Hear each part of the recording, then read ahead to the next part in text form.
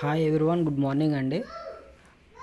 Nifty 50 flat open అయ్యి అక్కడ నుంచి ఎస్టర్డే రెసిస్టెన్స్ దగ్గరికి వెళ్ళి అక్కడ ఆగింది.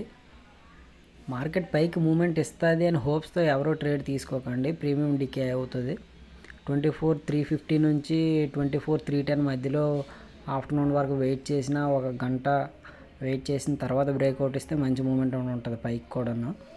బ్యాంక్ నిఫ్టీ చూసుకుంటే బ్యాంక్ నిఫ్టీ కూడా చాలా పైకి వెళ్ళింది, బాగా స్ట్రెచ్ అయింది. మంత్లీ ఎక్స్పైరీ డైరెక్ట్గా, ఇప్పుడు వీక్లీ ఎక్స్పైరీ ఏం లేదు, మంత్లీ ఎక్స్పైరీ కాబట్టి ప్రీమియమ్స్ చాలా హై ఉన్నాయి.